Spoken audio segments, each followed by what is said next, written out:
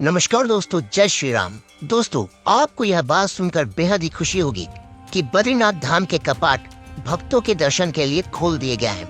4 धाम की यात्रा पर आए भक्त यहां आकर बद्रीनाथ मंदिर के दर्शन कर सकते हैं। मंदिर खोलने पर यहां अखंड अलौकिक ज्योति के दर्शन भी होते हैं और इस ज्योति के दर्शन करने वालों को मोक्ष की प्राप्ति होती है। तो चलिए आपको बताते हैं इस ज्योति का रहस्य और मान्यताओं के बारे में। दोस्तों, वीडियो में आगे बढ़ने से पहले अगर आप हमारे चैनल पर नए हैं तो हमारे चैनल को लाइक, शेयर, सब्सक्राइब करना ना भूलें।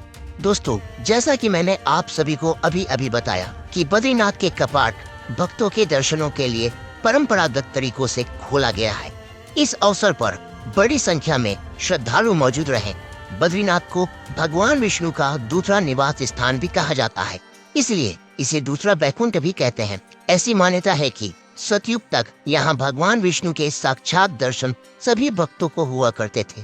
फिर त्रेता युग में यहाँ केवल देवताओं और साधुओं को ही भगवान के साक्षात दर्शन होते थे, लेकिन त्रेता युग से यहाँ भगवान ने नियम बना दिया कि वह अब यहाँ देवताओं के अलावा सभी को विग्रह रूप में ही उनके दर्शन होंगे।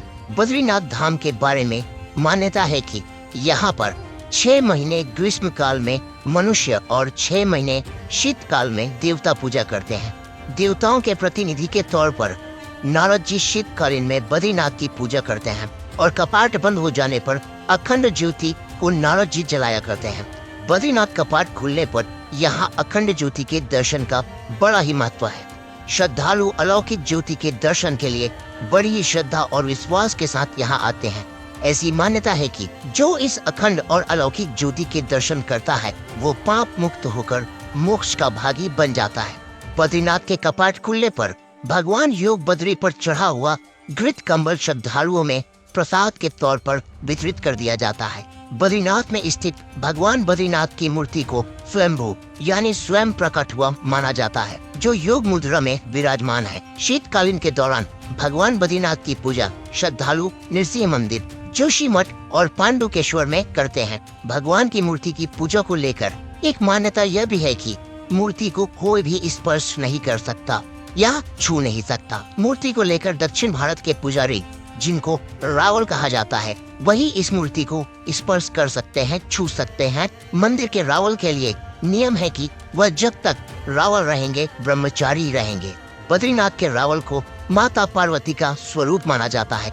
अगर किसी कारण रावल मंदिर में नहीं होते तो उनकी अनुपस्थिति में डिमरी ब्राह्मण ही बद्रीनाथ की पूजा कर सकते हैं, क्योंकि रावल के बाद इन्हें ही पूजा का अधिकार प्राप्त है। बद्रीनाथ धाम की मूर्ति की एक खास बात यह है कि बद्रीनाथ मंदिर में भगवान विष्णु के साथ भगवान के नर नारायण रूप की भी पूजा होती है, क्योंकि यहाँ भगवान ने नर नारायण के रूप में तपस्या की थी।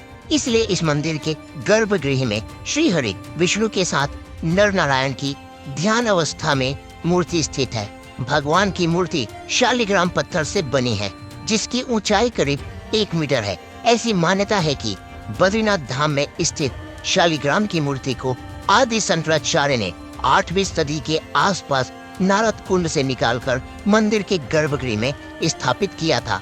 बद्रीनाथ के विग्रह को भगवान श्री विष्णु की 8 स्वयंभू प्रतिमाओं में से एक माना गया है। तो दोस्तों, ये थी बद्रीनाथ धाम से जुड़ी हुई कुछ बातें। अगर आपको इस वीडियो की जानकारी पसंद आती है तो हमारे चैनल को लाइक, शेयर, सब्सक्राइब करना ना भूलें। और हाँ, कभी मौका मिले तो बद्रीनाथ धाम के दर्शन जरूर कराएं। जय श्री राम, हर हर महादेव।